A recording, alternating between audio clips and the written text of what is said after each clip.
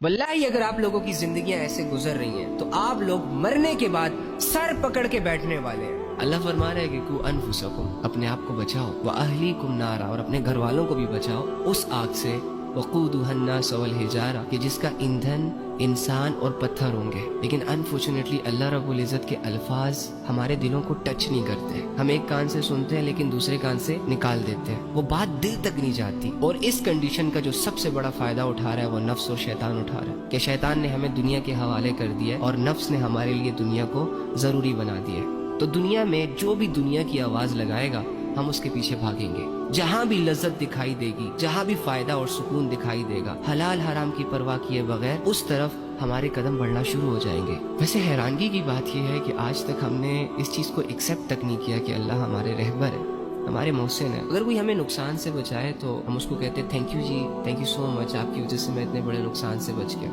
उसकी इज्जत, उसकी सेल्फ रिस्पेक्ट बढ़ जाती है हमारी नजरों में। बट अल्लाह भी तो आपको बचाना चाह रहा है, अल्लाह भी तो आपको कामयाब देखना चाह रहा है ना। फिर हम अल्लाह को थैंक यू क्यों नहीं कर रहे? उसकी शुक्रगुजारी में उसकी इबादतों को क्यों नहीं स्टार्ट कर रहे? उसके साथ अपना मामला क्यों नहीं ठीक कर रहे? अरे वो रब जिस पर लोगों ने जान दे दी यार, उस रब की वैल्यू हमारी नजरों में इतनी नहीं है कि हम ये छोटी सी जिंदगी न जाने कब किस मोड़ पे खत्म हो जाए। या फिर ये बची कुछ ही जिंदगी, किसी के पास 10 साल की जिंदगी होगी तो किसी के पास 20 साल की जिंदगी होगी, तो ये बची कुछ ही जिंदगी उसके हवाले कर दी जाए, उसके लिए गुजारी जाए। यार वो लोग जो हमें बर्बाद करने पर तुले होते हैं उन पर हम 10-10 साल जाया कर देते हैं, लेकिन वो अल्लाह जो हमारा एक एक सेकंड कीमती बनाना चाहता है, उस अल्लाह पर भरोसा करने के लिए तैयार ही नहीं है मेरा दिल। उस अल्लाह से जुड़ने के जज्बे ही नहीं है मेरे दिल में। जिस भी ख्वाहिश को उठा के देखो, जिस भी सोच को सोच के देखो, मेरी सारी ख्वाहिशें दुनिया से, मेरी हर लज्जत दुनिया से। मुझे नहीं समझ आती कि एक ऐसा इंसान जिसका मौत पर ईमान हो, उसे पता हो कि मैंने मरना है, और फिर ये ईमान हो कि मरने के बाद फिर मैंने जिंदा भी होना,